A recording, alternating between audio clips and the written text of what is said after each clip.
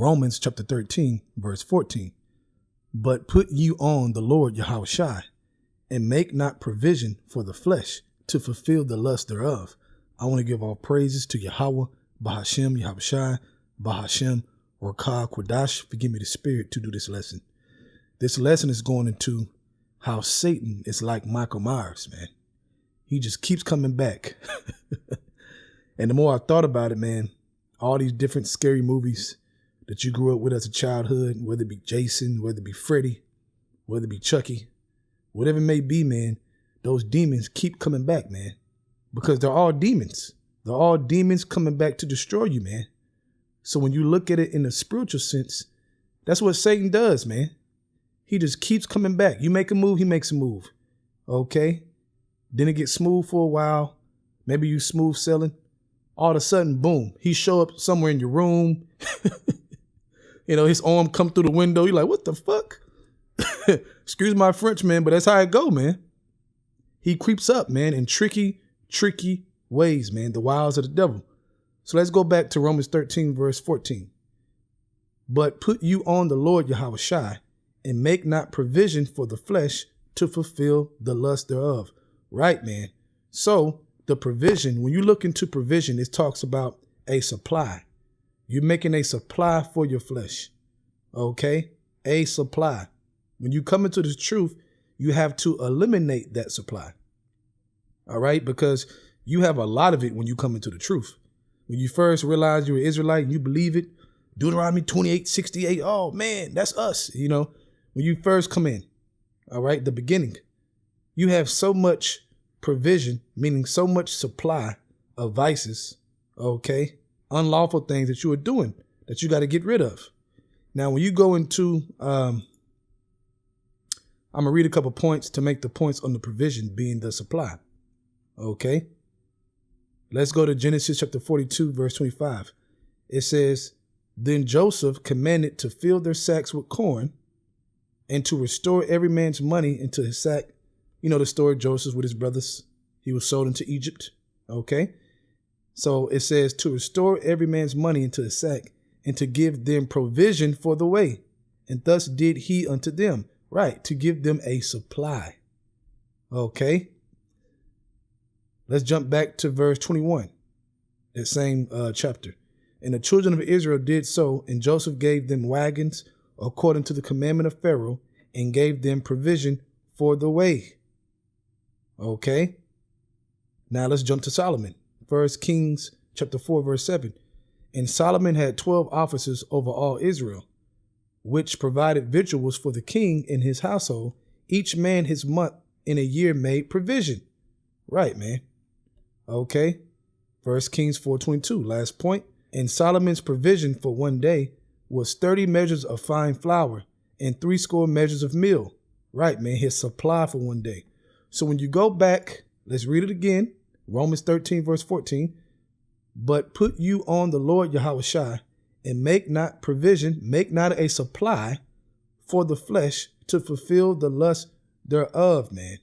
Okay. You making a whole supply. You got all these options that you have built up. Okay, to fulfill your lust. Okay, that's wrong. All right.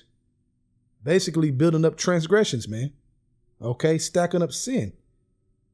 All right. Just because Yahushua came down and died for us, okay, we still have to establish a law. We still have to resist and fight Satan. All right. So just want to make that point clear so you understand about provision. Okay. Think about that. All right. Now, when you go to 1 Corinthians chapter 15, verse 56, the sting of death is sin, and the strength of sin is the law. The sting of death is sin, man. So that boogeyman, Michael Myers, okay, you resist him, he come right back. And what is he doing? He's trying to establish a supply for you. Okay. You can get rid of this, get rid of that, but he's working, man, overtime. Okay, to build your supply back up, man, that provision, okay, so that you can be enticed by that lust, all right, and your whole eye that's supposed to be single is more single on your supply, on your unlawful supply. Now, I'll say this. You can have a supply of things to fulfill the lust of the flesh that is lawful, but it's unbalanced. You have too much of it, okay? Which is going to make it unlawful because it's too much. It's not balanced. So it's going to make you go off. It's going to make you break the law. It's going to make you, cast the Lord behind you. All right? Because you got too much of it. So you got to keep that in mind too. Now let's go to James chapter 4, verse 7. Submit yourselves therefore to Yahweh Shem Yahushai. Resist the devil and he will flee from you. Now, keep in mind, okay, when you resist him, he will flee because the scriptures don't lie. All right? When you choose fear, okay, he'll flee. But he gonna come back, man. Just like Michael Myers, just like Chucky, just like Jason, just like Freddy. He gonna come right back, man. Okay? Because his ultimate goal is to destroy you, man. He don't stop. So when you look at those movies, man, really, you know what? Really, you should watch them. You should watch them, man, and look at it in that sense, man. And it'll trip you out. You're like, hold up, man. You can see the way they spend it within the whole boogeyman shit. But when you look at it in the spiritual sense, that's what Satan is doing, man. Okay, they'll resist them in the movie, resist. They'll think they won, but the war ain't over yet. Okay, Michael gonna come back. Okay, he gonna come back. He might show up in your garage when you fix on your car.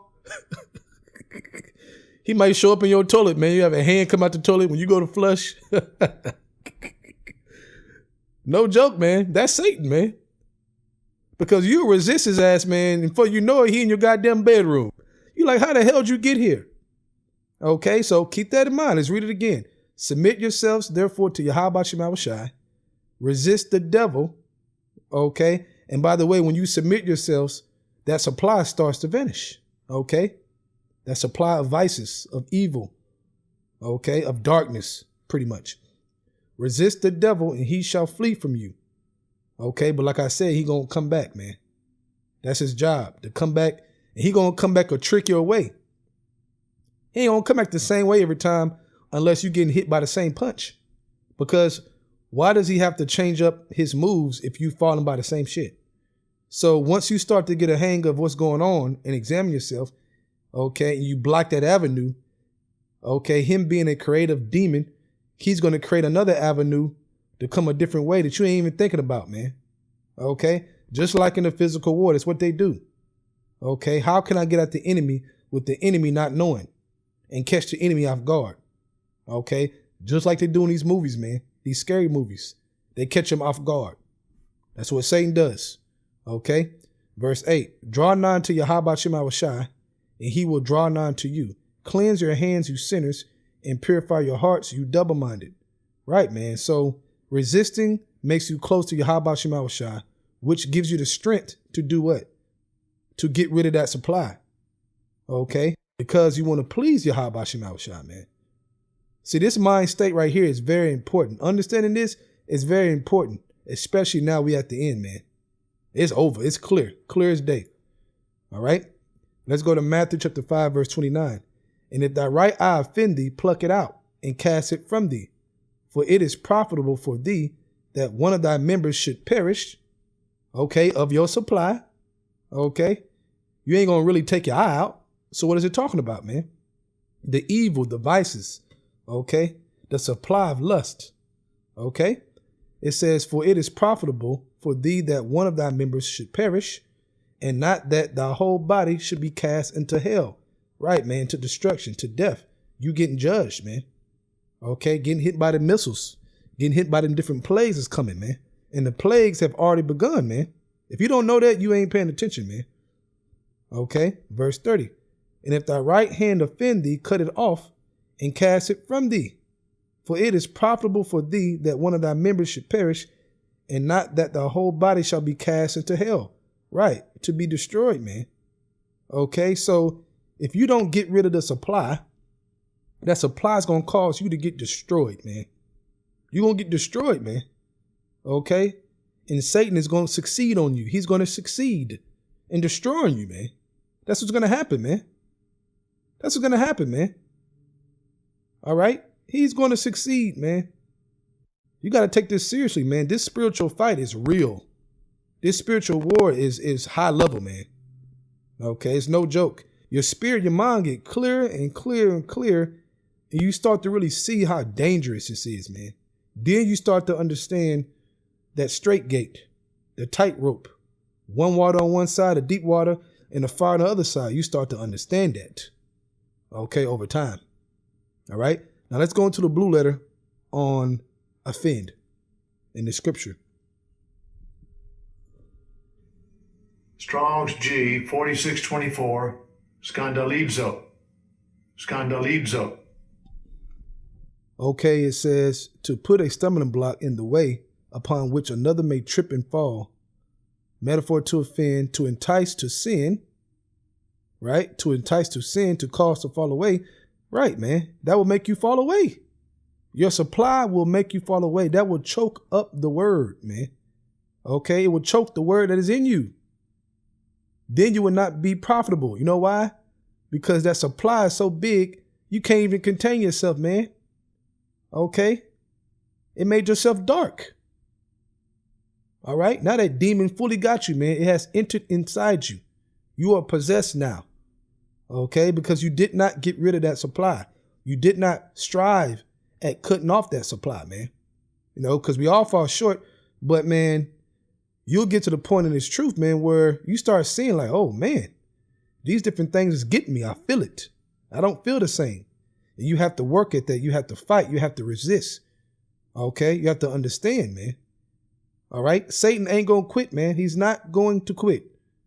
All right? He may flee for a moment, but, hey, he going to be back. And he going to be back more creative and more creative and more creative, man.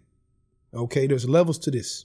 So with that, hey, I might do a part 2 on this.